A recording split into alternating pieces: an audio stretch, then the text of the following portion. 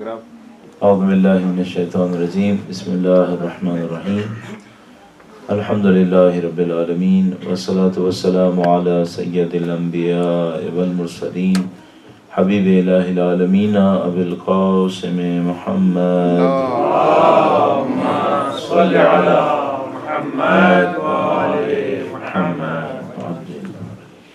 وعلى آلہ الطیبین الطاہرین سیما بقیت اللہ فی الارضین قال اللہ تعالی فی کتابہ الکریم بسم اللہ الرحمن الرحیم ونريد ان نمن على الذین استضعفوا فی الارض ونجعلهم ائمہ ونجعلهم الوارثین. ایک بار پھر درود بھیجے گا محمد و آل محمد پر. اللہم صل علی محمد و آل محمد وعجل فرجهم. پروردگار عالم کا انتہائی لطف و کرم اور انتہائی احسان کہ اس نے ہمیں دین مبین کے اوپر عمل کرنے کی یہ سعادت نصیب فرمائی. ماہ مبارک رمضان کے یہ ایام خدا تعالیٰ ہمیں نصیب کیے. اس دعا کے ساتھ کہ انشاءاللہ یہ مختصر عبادات جو میں اور آپ انجام دے رہے ہیں خدا اس کو اپنی بارگاہ میں قبول فرمائے اور انشاءاللہ مزید عبادات مزید اطاعتوں کی سعادت اس شب قدر میں ہم سب کو نصیب فرمائے انشاءاللہ. ایک بار پھر درود بھیجے گا محمد و آل محمد کا. اللہم صل علی محمد و آل محمد وعجل فرجهم. آپ کے ہاں جو 2 تاریخیں اس وقت رائج ہیں اس کے حساب ان میں سے ایک کے حساب سے آج انشاءاللہ شب قدر کی تاریخ قرار پاتی ہے اور یہاں پر بھی اور شب جمعہ بھی ہے جو اس مناسبت سے دعا کمال بھی ہوگی انشاءاللہ. آپ اور میں انشاءاللہ شرکت کریں گے اس کے اندر شب قدر کی مناسبت سے. اور مجموعی طور پر یہ چونکہ آخری 10 ایام میں ہے ماہ مبارک رمضان کے تو اب میں اور آپ ان دعاؤں کو خدا متعال کے سامنے چاہ رہے ہوں گے کہ حاصل ہوں جو ہمارے لیے اہم ہیں. تو اس اعتبار سے میں آپ کی خدمت میں چند پوائنٹس عرض کروں گا. ایک بار پھر درود بھیجے گا محمد و آل محمد پر. اللہم صل علی محمد و آل محمد. یہ پوائنٹ ہمیشہ اہمیت رکھتا ہے کہ ہم خدا متعال سے کیا مانگیں اور جو کچھ خدا متعال سے مانگیں اس کا تعلق ہماری زندگی کے کس حصے سے ہونا چاہیے. تو یہ شب قدر بھی چونکہ اس کے اندر شامل ہو رہی ہے تو میں معمولاً جب اس کو بیان کرتا ہوں تو مجھے ایک واقعہ یاد آتا ہے کہ بیان کرتے ہیں کہ علامہ نقل صاحب علی اللہ مقامہ کہ جو لکھنؤ میں تشریف فرما ہوتے تھے ان کے والد یا ان کے اجداد میں سے کوئی ایسی شب قدر کے موقع پر کسی کے ساتھ عبادات میں مشغول تھے تو عبادات کے دوران انہوں نے تھوڑا سا ایک بریک لیا اور اس علاقے کے جو نواب تھے وہ ان کے ساتھ تھے. جب بریک لیا تو دونوں باغ کے اندر گئے اور باغ میں جب گئے تو تھوڑی دیر کے بعد دونوں نے جیسے کوئی نورانیت سی دیکھی آسمان کے اوپر جیسے کوئی روشنی چمکی ہو. اب نہیں معلوم وہ کیا رہا ہوگا. بہرحال نواب صاحب نے مولانا صاحب سے کہا کہ مولانا صاحب مجھے ایسا لگا جیسے یہ دعا کی قبولیت کا وقت ہے. تو انہوں نے کہا کہ شاید انہوں نے تائید کی. تو اس کے بعد نواب صاحب نے کہا کہ مولانا میں نے ایک دعا مانگی ہے. آپ نے جو کوئی دعا مانگی ہے کیا؟ انہوں نے کہا ہاں ہم نے دعا مانگی. تو انہوں نے کہا کہ آپ اپنی دعا بتائیں گے کیا؟ تو انہوں نے نواب صاحب سے کہا کہ آپ اپنی دعا بتائیے میں آپ کو بتا دیتا ہوں. تو نواب صاحب نے کہا کہ میں نے دعا مانگی ہے اب مجھے پھل یاد نہیں ہے کہ وہ آم تھا یا امرود تھا کیا تھا کہ میری اس سال کی فلاں پھل کی فصل اچھی ہو جائے. انہوں نے کہا میں نے دعا مانگی کہ اگر وہ فصل اچھی ہوئی تو میں اس کے پیسے سے حج و زیارات کروں گا اس کے پیسے سے غریبوں کی مدد بھی کر دوں گا میری مشکلات بھی حل ہو جائیں گی. تو انہوں نے اپنے اس سال کی فصل کی اچھائی اچھے ہونے کو خدا تعالی سے مانگ لیا. تو اس کے بعد انہوں نے کہا مولانا صاحب سے کہ آپ نے کیا دعا مانگی؟ تو انہوں نے کہا کہ اب وہ جو بھی تھے مولانا اقن صاحب کے اجداد میں سے تھے یا ان کے والد تھے انہوں نے کہا کہ میں نے اپنی نسل میں علوم اہل بیت کو خدا سے مانگا ماشاءاللہ کہ خدا میری نسل میں علوم اہل بیت اطہار علیہ السلام کو قرار دے. اچھا اب ممکن ہے کہ یہ واقعہ داستان ہو کہانی ہو ایسی بیان کر دی گئی ہو یہ ٹرو اسٹوری نہ ہو لیکن یہ سمبولک ایک واقعہ ہے جو مانگنے کے مختلف لیولز کو بتا رہا ہے.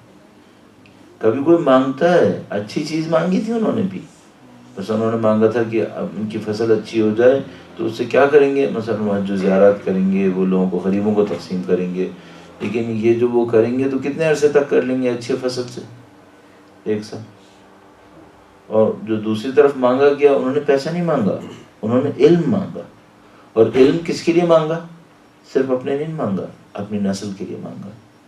اچھا دیکھیے دونوں کے اندر فرق کیا ہے. ایک نے کچھ بھی ہو پیسہ مانگا، اور پیسہ کچھ بھی کر لو ختم ہو جائے گا، کچھ بھی کر لو پیسہ ختم ہو جائے گا. دوسرے والے نے علم مانگا. پھر ایک نے اپنے لیے مانگا، دوسرے والے نے اپنے اگلی نسلوں کے لیے مانگا. یہ آپ کے اور ہمارے دیکھنے کے انداز کا فرق ہے. آپ اور میں چیزوں کو کس انداز سے دیکھنا چاہتے ہیں. اور اسی طرح شب قدر میں آپ جب مانگیں گے، وہ ممکن ہے کوئی یہ مانگے کہ میں نے یہ مانگا ہے کہ یونیورسٹی کے اندر میرا ایڈمیشن ہو جائے. بات ٹھیک ہے، یونیورسٹی میں ایڈمیشن ہونا بہت اچھی چیز ہے، لیکن یونیورسٹی میں ایڈمیشن ہونا ساری مشکلوں کو حل کر لے گا کیا؟ نہیں. ابھی نہیں پتا کہ یونیورسٹی میں ایڈمیشن ہونے کے بعد یہ پڑھ بھی پائے گا یا نہیں پڑھ پائے گا. اچھا اگر پڑھ بھی لے گا تو نہیں معلوم کہ کیا کر پائے گا، اس سے کیا کما لے گا. اس کے بعد نہیں معلوم کہ اس کمائی کو کہاں خرچ کرے گا. بہت ساری داستان ہے جو باقی ہے. تو آپ ہمیشہ جب بھی کبھی مانگنے کی طرف جائیں پروردگار عالم کے حضور، اپنی زندگی کی چھوٹی چھوٹی ضرورتوں کو بھی مانگ لیں. اس سے مانگنا اچھا ہے، لیکن اپنے مانگنے میں گہرائی کو رکھیں.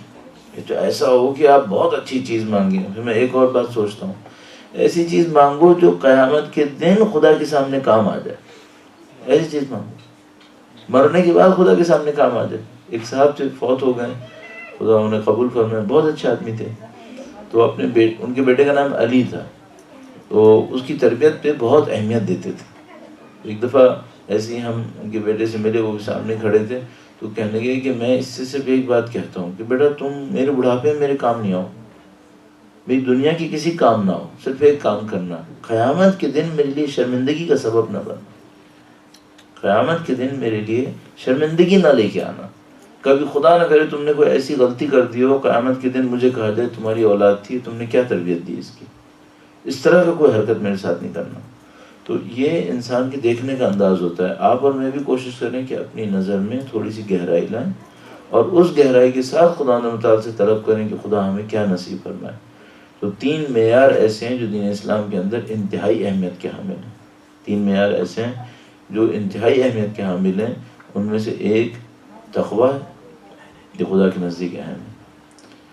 دوسرا خدا کے نزدیک علم، علم بمعنی واقعی جو یونیورسٹیز میں پڑھایا جاتا ہے، یہ بھی ایک علم ہے، اس کا کوئی انکار نہیں کرے گا، اسے کوئی جہالت نہیں کہے گا. لیکن علم وہ ہوتا ہے جو بندوں کے کام آئے. ایک علم نافع ہوتا ہے، فائدہ مند علم، اور ایک علم غیر نافع ہوتا ہے جو بندوں کے کام نہیں آتا. علم نافع اچھا ہے. پھر جو بندوں کی کام آتا ہے وہ کبھی تھوڑی دیر کے لیے کام آتا ہے، کبھی قیامت تک کام آتا ہے. علم نافع کہتے ہیں. ایک روایت آپ کی خدمت میں عرض کروں گا، درود بھیجے گا محمد و آل محمد پر. اللہم صلی علی محمد و آل محمد وعجل فرجهم. گویا مولا 5ویں امام محمد باقر علیہ السلام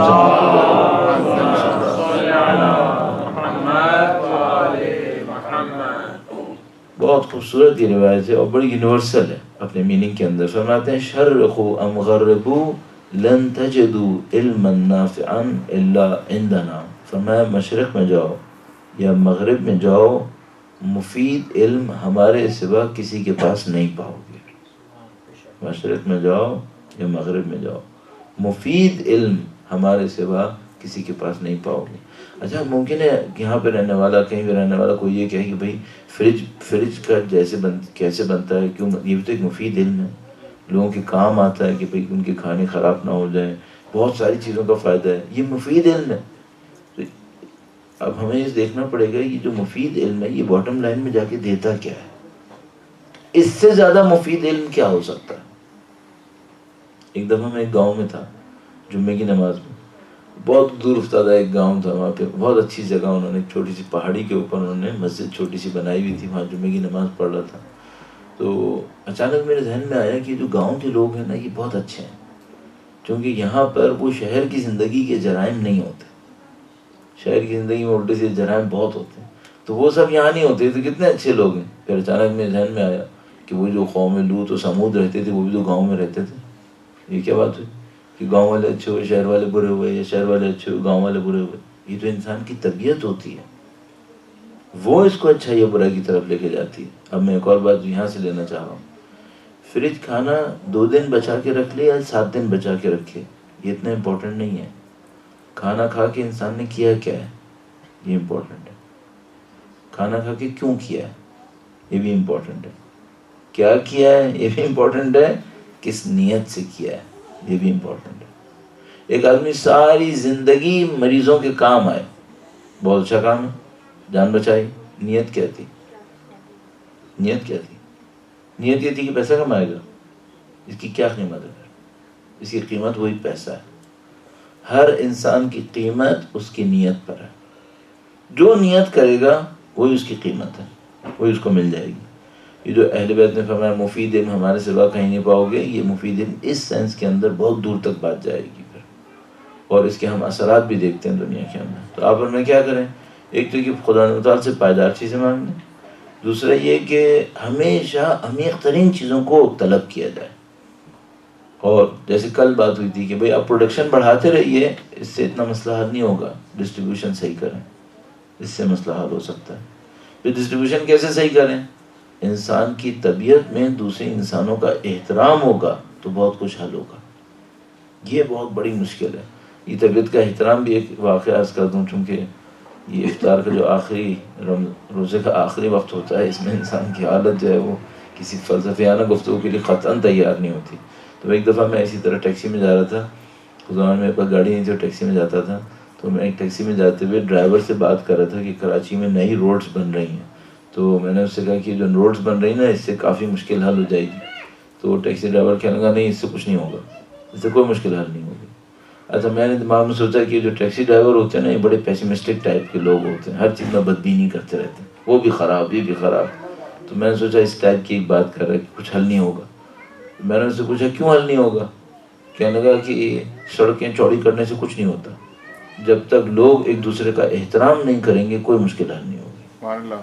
بہت اہمیت ہے۔ پھر مجھے اعتراف کرنا پڑا کہ بھئی ٹیکسی ڈرائیور، میں سمجھا تھا یہ ایسی بے برکی اڑا رہا ہے، ہر چیز غلط ہے، ہر چیز خراب ہے، لیکن اس کی بات میں وزن ہے۔ یہ سڑکیں چوڑی کرنے اور گاڑیاں خریدنے سے، جہاز بنانے سے اور ان سب سے کچھ حل نہیں ہوتا۔ حل کب ہوتا ہے؟ جب انسان انسان کا احترام کرتا ہے۔ اچھا، آپ اور میں فوراً کہیں گے بھئی یہاں پہ جو لوگ احترام کرتے ہیں نا ایک دوسرے کا، وہ بہت اچھا احترام ہے، میں اس کو ہمیشہ قدر کی نظر سے دیکھتا ہوں۔ لیکن مجھے ایک اور بات بھی پتہ ہے، احترام کے بہت سارے درجات، احترام کے بہت سارے درجات۔ احترام کے ایک درجے میں دنیا کے بہت سارے لوگ بہت اچھے ہیں، لیکن احترام کا ایک اور بہت بڑا درجہ ہے، وہ کون سا ہے؟ آپ بے لوث کتنی خدمت کر سکتے ہیں۔ یہاں پہ آ کے مصیبت آتی ہے، اصل مصیبت یہاں پہ آتی ہے۔ میرے ایک دوست ہیں، وہ انوائرمنٹل پروٹیکشن کا ایک بہت بڑا منصوبہ تھا شیل کا، اس کے اندر کام کرتے تھے ماشاءاللہ، اب پتہ نہیں کنسلٹنسی کرتے ہیں کیا۔ تو ان سے میری ایک دفعہ بات ہوئی کہ بھئی یہ جو ڈیولپ ورلڈ ہیں، جو کنٹریز ہیں، ڈیولپ کنٹریز ہیں، یہ لوگ بہت زیادہ سپورٹ کر رہے ہوتے ہیں غریبوں کی، کہنے کہ مولانا یہ اصل میں نہیں کر رہے ہوتے۔ میں نے کہا کیوں بھائی؟ کہنے لگا ہم نے جتنے بھی سولوشنز نکالے انوائرمنٹل پروٹیکشن کے، وہ سولوشن اربوں ڈالر کے مہنگے ہیں، اربوں ڈالر کے مہنگے ہیں۔ اچھا، ان سولوشنز کو اگر ہم پوری دنیا کو دے دیں تو دنیا تبدیل ہو جائے گی، لیکن یہ لوگ نہیں دیں گے۔ ہم نے واٹر فلٹریشن کے جو سولوشنز نکالے ہیں وہ پوری دنیا میں کسی انسان کو پانی سے محروم نہیں ہونے دیں گے، لیکن یہ سب پیسے پہ جائے گا۔ جب تک اس کی کمائی نہیں ہوگی یہ نہیں دیا جائے گا، چاہے لوگ مرتے رہیں۔ یہ سب ہے، بس یہ سب احترامات ایک سطح پر ہیں، اور سب کے پیچھے جا کر آپ دیکھیں ایک جگہ پہ فائننس آئے گا، پیسہ آئے گا، اس پر پھر کوئی معاملہ آگے نہیں بڑھے گا۔ تو بہت ساری چیزیں بہت گہرائیوں میں جا کے ہمیں دیکھنا پڑے گا۔ اور یہ جو مثلا ہمیں اہل بیت اطہار علیہ السلام کی فکر نظر آتی ہے، وہ ان ظاہری احترامات پہ نہیں ہے، عمیق ترین احترامات کے اوپر جا کر ہے، انتہائی گہرائی میں جا کر احترامات کے اوپر ہے۔ اور مثال کے طور پر ان کی قربانیاں بھی اسی خاطر تھیں۔ میں کبھی کبھی سوچتا ہوں کہ ہمارے پاس اہل بیت اطہار معصومین علیہ السلام میں سب سے زیادہ جن کی دعائیں موجود ہیں وہ ہمارے چوتھے امام امام زین العابدین علیہ السلام ہیں۔ درود بھیجو اللہم صلی علی محمد وآل محمد۔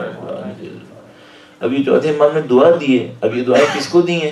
ہم یہ نہیں سوچ سکتے کہ امام ایک جگہ کے اوپر بیٹھے دعائیں دے رہے تھے اور وہ یہ کہہ رہے تھے کہ جو میں دعائیں دے رہا ہوں نا، نعوذ باللہ تعالی، یہ دعا نہیں دے رہا ہوں، یہ صرف میں چاہ رہا ہوں ہسٹری میں ریکارڈ ہو جائے. یہ تو نہیں ہو سکتا تھا. امام اگر کسی کو کہہ رہے تھے مثلا سلام علیکم، تو اس کا مطلب وہ نہیں تھا جو ہم اور آپ کر رہے ہوتے ہیں بعض اوقات بھائی کسی کو تم نے ہیلو ہائی کہنا تو السلام علیکم کہہ دیا. وہ واقعاً سلام کہہ رہے ہوتے ہیں، سلامتی ہو تمہارے پر، وہ واقعاً دعا کر رہے ہوتے ہیں. تو اب اگر ہمارے چوتھے امام نے دعائیں دی ہیں، دعائیں پڑھی ہیں جن کو بعد میں لوگوں نے بیان کیا ہے، تو آئے انہوں نے صرف ہسٹری میں ریکارڈ کرنے کے لیے دعائیں پڑھی تھیں؟ اور پھر میں ایک اور مذاق میں کہتا ہوں، ہم لوگ دعا پڑھتے ہیں، دعا دیتے نہیں ہیں، دعا کرتے نہیں ہیں. امام نے دعائیں پڑھی نہیں تھیں، امام نے دعائیں دی تھیں لوگوں کو. اچھا، جب امام وہ دعائیں دے رہے تھے تو دعائیں کن لوگوں کو دے رہے تھے؟ ان دعاؤں میں سپاہیوں کے لیے بھی دعائیں ہیں، سرحدوں کی حفاظت کرنے والے سپاہیوں کو دعائیں دی ہیں امام نے، ہمسایوں کو بھی دی ہیں، علماء کے لیے بھی، اس کے لیے سب کو دعائیں دی ہیں. اچھا، یہ جو دعائیں امام دے رہے تھے واقعی دے رہے تھے صرف دکھاوے کی تھی؟ نعوذ باللہ، دکھاوے کی تو ہو نہیں سکتی، واقعی تھیں. اگر واقعی تھیں تو امام کن لوگوں کو دعائیں دے رہے تھے؟ جنہوں نے ان کے والد کا ساتھ نہیں دیا تھا. امام ان لوگوں کو دعائیں دے رہے تھے جنہوں نے ان کے والد کا ساتھ نہیں دیا تھا، اور یہ دعائیں سے لفظ کی تھیں یا سچائی پہ تھیں؟ سچائی سے دے رہے تھے. کتنا بڑا دل چاہیے، کتنی انسان کی ہمدردی چاہیے جو کوئی یہ کر کے دکھا دے. ابھی آپ مثال کے طور پہ اپنے آپ کو سوچیے، فرض کریں آپ ایک جگہ پہ تشریف لائیں اور کوئی آپ کے ساتھ اچھائی نہ کرے، آپ بیٹھیں گے کسی جگہ کے اوپر بیٹھ کے 25-25 منٹ دعائیں دیں گے اسے؟ کہاں ہو سکتا ہے؟ اور امام ان لوگوں کو دعائیں دے رہے تھے جنہوں نے ان کے والد کا ساتھ نہیں دیا تھا. یہ گہرائی ہے انسانیت کی جو ان کے پاس موجود تھی. تو اب میں اور آپ طلب کریں خدا سے، کیا طلب کریں؟ جو فوری مشکلات ہیں وہ بھی طلب کریں. مثلا آپ نے ابھی پاکستان جانا ہے، آپ کو سرٹیفکیٹ نہیں مل رہا، آپ وہ بھی طلب کر لیں، کوئی مسئلہ نہیں. بھائی مجھے داخلہ ملنا ہے، مجھے داخلہ لینے کے لیے خدا سے کیا نہ ہوگا نا کہ خدا مجھے یونیورسٹی میں داخلہ دلا دے، یہ بھی میں کر لوں، وہ بھی صحیح ہے. آپ کی مثلا ہمارے بھائی بیٹھے ہیں جن کا تھیسس کمپلیٹ ہونے والا ہے، ان کا ریسرچ پروجیکٹ کمپلیٹ ہونے والا ہے، وہ بھی دعا سے کہنا خدا میں ریسرچ پروجیکٹ اچھی طرح کمپلیٹ ہو جائے. سب کر لیں، لیکن ان سب کے پیچھے گہری دعائیں ضرور کیجیے گا. وہ کیا گہری دعائیں؟ خدایا مجھے اور میری اولاد کو اچھے اخلاق نصیب کر دے. گہری ترین دعاؤں میں سے ایک دعا یہ ہے، آپ کو اور آپ کی اولاد کو خدا مجھے اور آپ کی اولاد کو اچھے اخلاق نصیب کر دے. اچھے اخلاق سے بڑھ کر کوئی دولت نہیں ہے، اچھے اخلاق سے بڑھ کے کوئی دولت نہیں ہو سکتی. اور یہ اگر میں ابھی آپ سے کہہ رہا ہوں نا تو آپ کہیں گے کہ یہ تھوڑا سا مبالغہ آ رہی ہے. کاش موقع ہوتا میں آپ کی خدمت میں اس کے تمام ریلیشن شپ کو عرض کرتا، اور ریلیشن شپ کو عرض کرنے کے بعد آپ کی خدمت میں عرض کرتا کہ جو میں آپ سے کہہ رہا ہوں اس سے بڑھ کر کوئی دولت نہیں ہے. اس کا مطلب کیا ہے؟ اس کا مطلب کیا ہے؟ تو آپ خدا سے کیا طلب کر لیں؟ چھوٹی چھوٹی مشکلات کو بھی حل کروائیں، لیکن مثلا خدا سے اچھی اخلاق کو طلب کر لیں، اپنے لیے اور اپنی نسلوں کے لیے. اس کے بعد ایک اور چیز مجھے طلب کرنی چاہیے. وہ کیا؟ مجھے یہ طلب کرنا چاہیے کہ خدایا میری عاقبت خیر کر دے، انجام اچھا کر دے. کیوں؟ بعض اوقات ابتدا بہت اچھی ہوتی ہے، انجام اچھا نہیں ہوتا، یہ مشکل آتی ہے. درود بھیجے گا محمد و آل محمد. اللہم صل علی محمد و آل محمد. وہ جو کہتے ہیں نا اس دنیا کی ہر چیز میں مشکل ہے، تو جب لوگ نہیں ہوتے تب ایک مشکل ہوتی ہے، جب لوگ ہوتے ہیں تو ایک اور مشکل آتی ہے. آج وہ دن ہے جو دوسری طرف والی مشکل کر دینا ہے. امام زمانہ بلندر صلوات. اللہم صل علی محمد و آل محمد. ایک بار پھر درود بھیجے گا محمد و آل محمد. اللہم صل علی محمد و آل محمد. تو بھائی یہ چھوٹی چھوٹی مشکلات ہیں، یہ بھی حل ہوں. اچھے اخلاق طلب کر لیں، اچھے اخلاق نسلوں کے لیے. تیسری بات آپ سے کہی کہ عاقبت اچھی ہو، عاقبت اچھی ہو. عاقبت کسے کہتے ہیں؟ انجام، کسی بھی چیز کا آخر. اللہم اجعل عواقب امورنا خیرا. کیوں؟ بعض اوقات میں نے کوئی اچھا کام کیا ہوتا ہے، 5-6 سال اچھا کیا ہوتا ہے، بعد میں میرے دماغ سے نکل جاتا ہے، میں بھول جاتا ہوں، نہیں کر پاتا. کتنے لوگوں کو میں اپنی زندگی میں دیکھ چکا ہوں. میں ایک بہت بری مثال دے دوں، بری ہے لیکن بہرحال عجیب عبرتناک مثال ہے. ایک جوان تھا کراچی میں، وہ ایک ایسے گروپ میں تھا جو لوگ لمبی لمبی نماز شب پڑھنے کے لیے مشہور تھے، اور اللہ کی بندگی میں قربانیاں دینے کے لیے، یہ کرنے کے لیے، وہ کرنے کے لیے، بڑے کام کاج کرنے کے لیے مشہور تھے. بہت اچھے لوگ تھے، کم از کم ظاہری طور پر تو بہت ہی اچھے تھے. ان میں سے ایک مجھے بعد میں زندگی کے کسی حصے میں ملا، جب میں بالکل لڑکپن سے جوانی کی طرف چل رہا تھا، کالج لائف میں تھا، تو وہ گروپ بہت ایکٹیو تھا، بہت اچھے. ان میں سے ایک مجھے برسوں کے بعد کہیں ملا، اور اس نے مجھے کچھ ایسی باتیں بتائیں کہ آپ اگر کہیں نا جیسے انسان کے جو فارسی میں کہتے ہیں کہ سر پہ سینگ نکل آئے، تو واقعا سینگ نکل آتے، ایسی بات. مثلاً کیا بتایا، کہنے کا اس نے مولانا میں برائی میں مبتلا ہو گیا، میرے لیے دعا کریں. میں نے کہا اللہ بہتر کرے گا، ایسی بھی کیا برائی. کہنے کا نہیں مولانا میرے ساتھ بات چیزیں بہت خراب ہو جاتی ہیں. میں نے کہا بھائی کیا ہو جاتا ہے، اور ذرا تصور کیجیے. پیٹرول پمپ پہ کام کرتا تھا. کہنے کا مولانا وہاں پیٹرول پمپ پہ شراب بھی بکتی تھی. میں نے کہا یہ بات تو صحیح نہیں تھی، جہاں پہ شراب بک رہی تھی وہاں تمہیں کام نہیں کرنا چاہیے. کہنے کا مولانا یہ مسئلہ نہیں ہے، اصلی مسئلہ اس سے بھی خراب ہے. میں نے کہا بھیا، کہنے کا مولانا بدقسمتی سے مجھے شراب کی عادت پڑ گئی. اللہ اکبر. میں نے کہا بھائی تمہیں پہ عقل نہیں ہے، تمہیں پہ شعور نہیں ہے، دین خدا میں حرام ہے، تمہیں نہیں پتا. کہنے کا مولانا سب پتا ہے لیکن برائی اس سے بھی بڑھ کر ہے. میں نے کہا بھیا اب اور کیا چاہ رہے ہو تم. اچھا پھر تو میں نے یہ سوچنا شروع کیا کہ میں اس سے کہوں کہ بھائی ایسا ہے کسی اور سے کہہ دو، بلا جب مجھے کسی برائی میں نہ پھنسا دینا. کہنے کا مولانا ہوا یہ کہ وہاں پہ لوگ آتے تھے شراب پیتے تھے، وہ جو شراب پی کے کریٹ میں بوتلیں چھوڑ کے جاتے تھے میں ان کی بچی ہی پیتا تھا. اب میں سوچنے لگا کہ ایک انسان اتنا ذلیل کیوں ہوتا ہے، کیسے ہو سکتا ہے. اور یہ کون تھا؟ یہ وہ تھا جو نماز شب پڑھتا تھا، عبادتیں کرتا تھا، اس کے سارے دوست اچھے تھے. میں نے کہا بھائی تمہارے ساتھ ایسا کیوں ہوا؟ چلو اللہ بچائے مصیبت سے، یہ سب یہ ہوا کیوں؟ اب وہ نہیں بتا پایا کہ کیوں ہوا، لیکن مجھے سمجھ میں آ رہا تھا تھوڑا بہت. عزیزان محترم، یہ جو ہمارے گناہ ہیں یہ اسٹور ہوتے رہتے ہیں. یہ آپ تھوڑا سا آزادی حاصل کرتے ہیں، آخر میں جا کے پھر پاؤں پکڑ لیتے ہیں. انسان اپنی زندگی میں کوئی ایسی مصیبت نہ لائے اپنے سر کے اوپر کہ جس سے اس کی عاقبت خراب ہو جائے. اور اگر خدا نہ کرے نعوذ باللہ تعالیٰ کوئی ایسا گناہ ہو گیا ہے تو پھر خدا نے بخشش کے لیے راستے بھی تو رکھے ہیں، وہ بخشش بھی تو حاصل کرے. میں نے عرض کیا تھا آپ کی خدمت میں کہ بخشش کا ایک راستہ یہ ہوتا ہے انسان سارے گناہوں کو یاد کرے جتنا یاد کر سکتا ہے، اور حتیٰ ان چھوٹے گناہوں کو بھی یاد کرے جن کو وہ یہ سمجھ رہا ہے کہ اس کا کوئی اثر نہیں ہوگا، ان کو بھی یاد کرے. اور بڑے گناہ تو میں نے عرض کر دیا، ان کو تو یقیناً سوچے، ایک ایک کر کے خدا سے استغفار طلب کرے. کیوں؟ عاقبت خراب ہو جاتی ہے، انسان سلپ کر جاتا ہے. اور میں اور آپ جس مہلکے میں ان جیسے ملکوں میں ہیں اخلاقی اعتبار سے، یہ ظاہر ہے بہت اچھے کنٹریز ہیں ماشاءاللہ، ہر چیز کی پروویژن ہے، ہر چیز آرگنائزڈ ہے، ہر چیز، لیکن ہم سب کو معلوم ہے اخلاقی اعتبار سے مہلکے سے کم نہیں ہے، یہ ہلاکت سے کم جگہوں پہ نہیں ہے. البتہ ایسے نہیں کہ جہاں سے ہم آئے وہاں پہ بہت اچھی جگہیں رہی ہوں گی، وہاں پہ بہت خراب ہو گئی ہیں، لیکن ہم معلوم ہے کہ یہاں پہ مسائل کچھ اور ہیں. وہاں تو کیا ہے کہ کچھ ہمارے اعزاء، اقربا، رشتہ دار، دوست، بھائی، ان کے سامنے کم سے کم دکھاوے کے لیے اپنے آپ کو تھوڑا بہت بہتر بنانا پڑ جاتا ہے کہ بھئی دیکھنے والا کیا کہے گا. تو اس طرح کی بہت سارے مسائل ہمارے سامنے. تو تیسری چیز جو مانگتے ہیں وہ عاقبت بخیر مانگنا.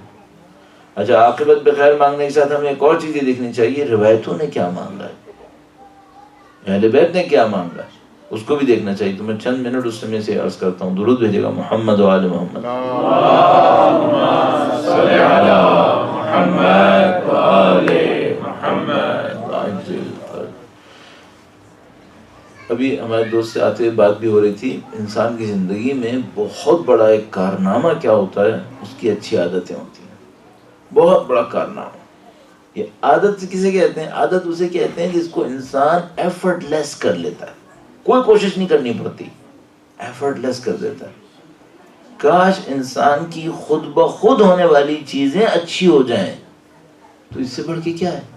مثلا اگر کسی کو عادت ہو جائے کہ میں نے عادت کے تحت دوسروں کی مشکل حل کرنی ہے، تو میں اگر کسی کی مشکل حل کرنے لگوں گا تو مجھے محنت کرنی پڑے گی. اور کسی کو اگر خوشی اس بات میں ہوتی ہو کہ وہ دوسروں کے کام آ جائے، اس سے بہتر کیا ہے؟ آپ اور میں ہمیشہ دعاؤں کے اندر سے میں نکال کے عرض کرنا چاہ رہا ہوں، دعاؤں کی روشنی میں ہمیشہ اپنی زندگی میں دیکھیے گا آپ دوسرے بندوں کے کتنے کام آ رہے ہیں. ہمیشہ اس بات کو دیکھتے رہیے گا. اپنی زندگی کے سب لوگ کام آتے ہیں، اپنے سے ملحق لوگوں کے سب کام آتے ہیں. مثلا اے خدایا میرے والدین کو یہ دے دے، میرے بچوں کو یہ دے دے، میرے بھائیوں کو یہ دے دے، میرے خاندان والوں کو یہ دے دے. یہ تو بالکل بہت اچھا ہے، یہ سب بہت اچھا ہے. اب میں ایک اور بات پوچھوں، یہ بتاؤ تم اجنبیوں کے کتنے کام آئے؟ تو کہے گا مجھے کیا سروکار اجنبیوں کے میں کتنے کام آیا؟ نہیں، یہ تو یہ جو باقی سب کے کام آتے ہو نا، یہ اپنی وجہ سے کام آتے ہو، باقی لوگوں کے اللہ کی وجہ سے کام آتے ہو. اجنبیوں کے کیا کام ہے؟ اچھا اجنبیوں کے کیا کام آؤں جو تم کر سکو؟ یہ جو وقت کی کمی کا میں بار بار کہتا ہوں، اس میں کچھ ایک واقعہ یاد آتا ہے. تو میرے ذہن میں واقعات آتے رہتے ہیں جو ریئل لائف کے ہیں. میں سوچتا ہوں بعض اوقات واقعات ایسے ہوتے ہیں، بغداد میں یہ ہوا، نجف میں یہ ہوا، تو میں سوچتا نہیں وہ واقعات شاید میرے دل کو کم لگیں گے، مجھے وہ واقعہ چاہیے جو میرے شہر میں ہوا، لاہور میں ہوا ہو، کراچی میں ہوا ہو، آپ کے مثلا ملکوں کے اندر ہوا. تو وہ کیا ہوتا ہے، آپ کو یہ لگتا ہے کہ ہاں بھائی ہم جیسے لوگ بھی کر سکتے ہیں. یہ جو میں نے بندے خدا بتایا نا، جو اپنے بیٹے سے کہتا تھا کہ بیٹا میرا قیامت کے دن مجھے امام کے سامنے سرخرو کرنا، اللہ اکبر. یہ آدمی مرا تو بہت ہی عجیب واقعہ ہوا، بہت عجیب ہوا. یہ آدمی جب مرا تو اس کے بیٹے نے مجھے فون کیا کہ مولانا میرے والد کی سیوں کی مجلس آپ پڑھ دیے گا. میں کہا پڑھ دوں گا. جب وہ مر رہے تھے تو تم تھے ان کے پاس؟ کہنے لگا ہاں میں تھا. میں کہا کچھ ہوا؟ تم نے اپنے والد سے آخری باتیں کیا سنی؟ کہنے لگا مولانا بہت ہی عجیب کام ہوا. کہنے لگا ظہر کا وقت ہو گیا تھا، میں نماز پڑھنے جانے لگا تو میرے ابا نے میرا ہاتھ پکڑ لیا، والد نے، ارشد نام تھا ان کا. کہنے لگا انہوں نے میرا ہاتھ پکڑ لیا، کہنے لگا بیٹا تھوڑی دیر رک جاؤ. کہنے لگا زندگی میں کبھی نماز پڑھنے سے نہیں کہا تھا اس طرح سے. میں جب بیمار بھی تھے، جیسے ہی نماز کا وقت آتا تھا مجھ سے کہتے بیٹا جاؤ جا کے نماز پڑھو. تو کہنے لگے انہوں نے میرا ہاتھ پکڑ لیا، کہنے لگے کہ بیٹا تھوڑی دیر رک جاؤ. تو کہنے لگا بابا کیوں رک جاؤں؟ کہنے لگے کہ بس میرا آخری وقت آ گیا، اب تم تھوڑی دیر کے لیے رک جاؤ. تو اس نے کہا کہ بابا کیسی باتیں کر رہے ہیں آپ، میں ڈاکٹر کو لے کر آتا ہوں. کہنے لگا نہیں بیٹا اب ڈاکٹر کچھ نہیں کر سکے گا، یہ جانے کا وقت ہے. تو اس نے کہا آپ کو کیسے ایسے پتہ چل گیا ڈاکٹر جانے کا وقت ہے؟ کہنے لگے کہ بیٹا 4 معصومین کی میں زیارت کر رہا ہوں، تشریف لائے ہوئے ہیں. یہ نجف اور مشہد کی باتیں نہیں ہیں، وہاں تو ہوتا ہی ہوتا ہے. یہ کراچی کی بات کر رہا ہوں، کراچی کے ہاسپٹل کی. یہ سب ہو رہا ہے ابھی بھی. اچھے لوگ دنیا سے مٹے نہیں، مٹ جاتے نا تو ہماری دنیا تباہ ہو جاتی. یہ زندہ ہے ابھی. تو ایک خاتون ابھی پچھلے چند مہینے پہلے ان کا انتقال ہوا. وہ بندی خدا اتنی عجیب خاتون تھی. ان کا بیٹا مجھے بتانے لگا، کہنے لگا کہ وہ بیمار تھی، میں ان کو گاڑی میں لے کے جا رہا تھا تو مسلسل دعائیں پڑھی جا رہی تھیں. کہنے لگا میں نے ان سے پوچھا کہ آپ کون کون سی دعائیں پڑھ رہی ہیں؟ کہنے لگی میں دعا نہیں پڑھ رہی، میں یہ جو فٹ پاتھ پہ کھڑے لوگ ہیں نا ان کو دعائیں دے رہی. تو اس نے کہا ان کو دعائیں کیا دے رہی ہیں؟ کہنے لگی دیکھو ہم لوگ گاڑی میں جا رہے ہیں، ہماری گاڑی میں اے سی لگا ہوا ہے، اتنی ٹھنڈی گاڑی ہے. اب ہم یہاں سے جائیں گے جہاں کلینک میں اتریں گے وہاں پہ بھی اے سی ہوگا. یہ جو بیچارے ہیں گرمی میں فٹ پاتھ پہ کھڑے ہیں، پتہ نہیں ان کی بس کب آئے گی، پھر بس میں جگہ ملتی نہیں ملتی تو کھڑے کھڑے جائیں گے، اتنی گرمی کھائیں گے. کہنے کہ میں ان کو دعا دے رہی ہوں کہ خدا ان کو آسانی سے اپنی منزل تک پہنچا دے. یہ اس کا بیٹا ہے؟ نہیں. کون ہے یہ؟ اجنبی ہے. جس انسان کے دل میں اجنبی کو دینے کا حوصلہ ہوتا ہے نا، اس کا دل بہت اچھا ہوتا ہے، ورنہ نہیں دیتا انسان. تو آپ اپنی ذات سے ایک بات ہمیشہ دیکھتے رہیے، آپ کے وجود سے اجنبی لوگوں کو جن سے آپ کا کوئی تعلق نہیں ہے اور مستحق ہے، ان سے آپ کے وجود سے کیا مل رہا ہے. تو پھر آپ کے اندر ایک اور اچھائی آئے گی. اور پھر ایک اور بات بھی، آخری بات، بس میں خدا سے چھوٹی چیزیں بھی مانگوں، بہت بڑی چیزیں بھی مانگوں، اخلاقیات مانگ لوں، عاقبت اچھی ہو یہ بھی مانگوں، اخلاق حسنہ میں نے عرض کیا اچھی عادتیں وہ مانگوں، اجنبیوں انسانوں تک میرے وجود سے نیکی پہنچے یہ بھی مانگوں. 2 باتیں اور مانگوں. نمبر 1، خدایا میرے یہ اعمال ریاکاری سے ضائع نہ ہو جائیں. یہ بہت بڑی مصیبت ہے. انسان اربوں کا کام کرے اور 2 جملے بول کر اس کو کوڑیوں کا کر دے. یہ بہت بڑی مصیبت ہے. ایک بہت بڑا کام کرے جس کا وزن سونے میں تولنے کے برابر ہو، لیکن 4 انسانوں کے درمیان بیٹھ کر اپنی بڑائی کر کے اس کے سارے وزن کو اللہ کے سامنے ضائع کر. تو یہ مانگے خدا سے کہ خدا اتنا خلوص دے دے کہ کام تیری خاطر ہو، کام دکھاوے کا نہ ہو. جب یہ سب مانگ لے، آخر میں ایک اور چیز مانگے. کیا؟ وہ جو دعاؤں کے اندر ہمارے پاس آیا ہے، خدایا قتلاً فی سبیلک، میری جان تیرے دین کے راستے میں جائے. ہم سب نے مرنا ہے، اور مرنے کے لیے بہت سارے آپشنز ہیں جن کو ہم مرتے وقت نہیں لے پائیں گے. جب مرنا ہوگا نا تو بس مرنا ہوگا، اس وقت آپشنز نہیں آتے. آپشنز کب آتے ہیں؟ اب آتے ہیں جب اس وقت مرنے کا کوئی ظاہری طور پر امکان نہیں لگ رہا. اس وقت طے کر لو کہ کیسے مرنا ہے. اس وقت خدا سے مانگ لیں کہ خدایا قتلاً فی سبیلک، تیرے راستے میں جان جائے. یہ مانگ، یہ چاہیے، ایسی موت چاہیے. کیوں ایسی موت چاہیے؟ اس کی وجہ یہ ہے کہ بھائی بستر پہ بھی تو ایڑیاں رگڑ کے مرنا پڑتا ہے. مرنا تو ہے ہی. 60 سال کا مروں، 50 سال کا مروں، 40 سال کا مروں، یہ اہم نہیں ہے. کس کے لیے زندگی گزاری، کس کے لیے موت آئی، یہ اہم ہے. یہ اہم ہے. تو میں خدا سے کہوں خدا میری جان تو قابل نہیں ہے، لیکن کاش تیرے دین کی کام آ جائے. وَقَتْلًا فِي سَبِيلِكَ فَوَفِّقْ لَنَا، خدایا اس کی توفیق ہمیں دے دے کہ ہمارا خون، ہماری جان تیرے دین کے راستے میں کام آ جائے. بس عزیزان محترم، دین خدا کوئی ٹرکی چیز نہیں ہے. 2 رکعت نماز پڑھ لوں مشکل حل ہو گئی. نہیں، دین خدا پوری زندگی کو ڈیمانڈ کر رہا ہوتا ہے. صرف شب قدر کا معاملہ بھی نہیں ہے، یا شب عاشور کا معاملہ نہیں ہے. نہیں، پوری زندگی مانگ رہا ہوتا ہے. تو کوئی زندگی اچھی مانگیں، اس سے ہوگا. اور آخری اگر پوائنٹ اور عرض کروں، 7:45 بجے ختم کرنا. اب 1 گھڑی میں 8:45 ہو گئے، 1 گھڑی میں 5 منٹ باقی ہیں. نہیں معلوم، میں تو پول لے لوں گا جس میں 5 منٹ باقی ہوں گے، تاکہ 5 منٹ اور بول لوں گا. 5 منٹ ہیں. پیچھے والی انہوں نے خواتین کے لیے رکھی ہے، ٹھیک 7:45 دکھا رہی ہے. درود بھیجے گا محمد و آل محمد. صلی علی محمد و آل محمد وعجل فرجا. کافی باتیں ہو گئیں جو کرنے کرانے کی ہوئی. جو میں ایک اور بات کہنا چاہ رہا تھا وہ کیا تھی؟ دین میں کوئی ایسے شارٹ کٹ نہیں ہوتا کہ میں نے سال میں 3 دن اچھے کام کر لیے، باقی کچھ کروں یا نہ کروں معاملہ ختم ہو گیا. ایسا نہیں ہوتا. ہاں مثلا ممکن ہے کوئی یہ کہے بھائی یہ کیوں لکھا ہے سال کے اندر 4 دن ایسے مستحب روزے ہیں، اگر کوئی وہ رکھ لے تو پورے سال کا ثواب ملتا ہے. یہ خدا کی رحمت ہے، یہ خدا کی رحمت ہے جس سے وہ دیتا ہے. لیکن اصل دین کیا ہے؟ اصل دین کوشش کرنے کا نام. مثلا اگر میں خدا سے کہہ رہا ہوں خدایا مجھے اچھے اخلاق نصیب فرمائے، شب قدر کے اندر یہ دعا کروں، اور اچھے اخلاق کے لیے خود کوئی کوشش نہ کروں، تو یہ دعا صحیح ہے کیا فائدہ ہے ایسی دعا؟ تم خود کچھ کوشش ہی نہیں کر رہے. بس یہ جو دعائیں ہوتی ہیں اہل بیت اطہار سلام اللہ علیہ اجمعین نے جو دعائیں ہمیں دی ہیں، ان دعاؤں کے پیچھے ہمیں ایک اور بات ملتی ہے. کیا؟ آئیڈیلز دیتے ہیں. وہ آئیڈیلز دیتے ہیں کہ ان پر تم اپنی زندگی میں محنت بھی کرنا. تو اگر میں خدا سے کہہ رہا ہوں خدایا مجھے اچھے اخلاق نصیب کریں، تو مجھے اچھے اخلاق کے لیے محنت بھی کرنی ہے. اب آخری منٹس کے اندر وہ محنت کیا ہے؟ چند دن باقی رہ گئے ماہ رمضان سے. ایک کام کر لیں، ایک برائی ختم ہو جائے، ایک اچھائی ایجاد ہو جائے. اس کے اوپر محنت کر لیں.